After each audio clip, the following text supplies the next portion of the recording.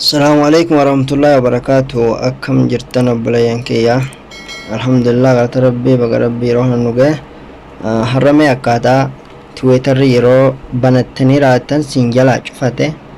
gaafinni sin gaafate akkatatti banatu dandeessan yeroo banattanii xumurtanii wayin daqiiqaa muraasa booda wayin ammoo guyyaa lama sadii booda sin gaafata haala ittiin banatu dandeessan na hordofan ittiin jabeessu Twitterri yeroo sheenne haala kanaas sin gaafata yeroo inni haala kanaan sinii fide maal gootanii raayitii tana itti guuttan raayitii tana yeroo itti guuttan haala kanaan sinii fida maal jechuu jira inni akka barreeffama armulitti agartan kanatti afaan arabiitiin asirratti marbacaat allatii taxtawi alaa daraajaati jaa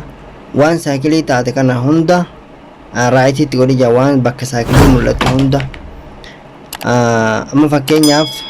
saanduqa xixiqqoo tana keessaa wanni isin argaa jirtan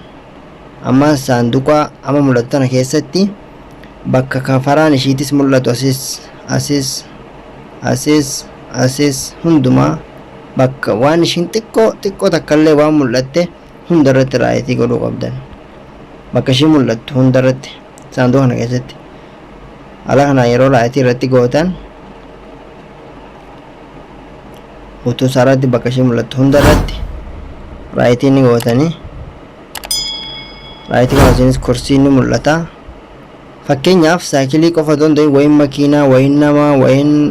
mana waan garagaraa isiniif danda'atta haqiiqa bakka jiru kana dhootanii jecha baasisanii baate kana raayitii raggootanii xumurtanii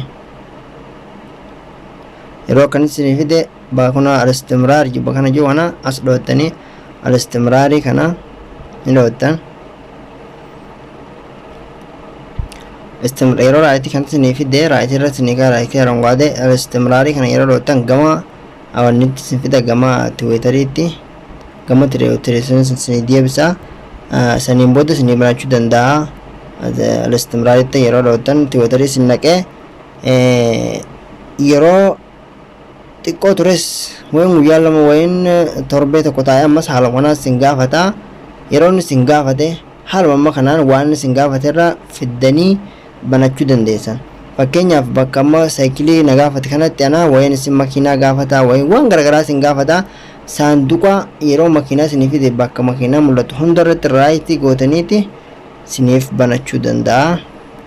Obboleeyyan kiyya gaatanii yeroo ammaa kanatti sagaleen bakka dhageeffamuu jiru irra guddeessaa ingiliffaanis lugoota garagaraatiin gama Tiwiiteraa deebihamee jira. Tiwiitera irra kanarrattis hundumaanuu xiyyeeffannoo garagaraa kun akkuma argaa jirtan